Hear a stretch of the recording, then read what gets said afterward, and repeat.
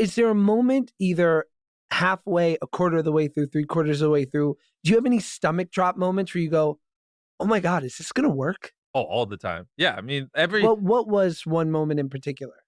well, in season 2, we did a collab with Survivor where, like, we literally went to Survivor Island and Jeff Probst hosted an episode of Beast Games.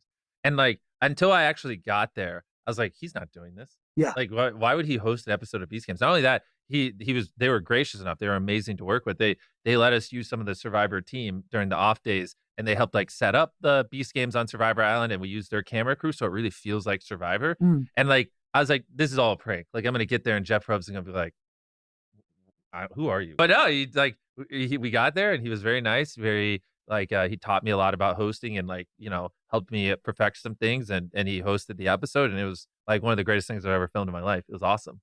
And then once I love to hear this. So once it's a success, tell me about the calls. Yeah. Tell me about the good calls that come in. I mean, be it from, the higher ups, the fancy people at Amazon, and maybe just some of the higher ups in the world. Who's calling? Yeah, I mean, that's where the thing is with season 1, no one had any idea how well it would do. And so like, we have this thing that is all these crazy world records, everything, just take everything and just amp it up to 10,000. And we're about to drop it. And it's like, it's anyone's guess how it's going to do because nothing like it ever existed. And so it's like once we dropped it and it started hitting all the world records and breaking viewership numbers and, over 100 million people have watched it now, which is pretty crazy because it's on a streaming service behind a paywall, then it's like, yeah, those feel good because, it's fun because they took a big bet on me because there's no guarantee it would do well. And so to be able to be like, hell yeah, it worked out, and it's like, it feels great, Do you cry?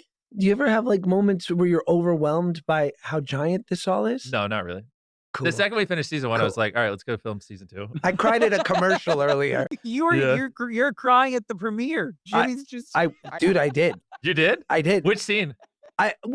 First of all, I got to watch the first 2 episodes. It's spectacular. And by the way, there's this wonderful love storyline in the first 2 episodes that is like I just can't wait for my wife to see it. But you know what?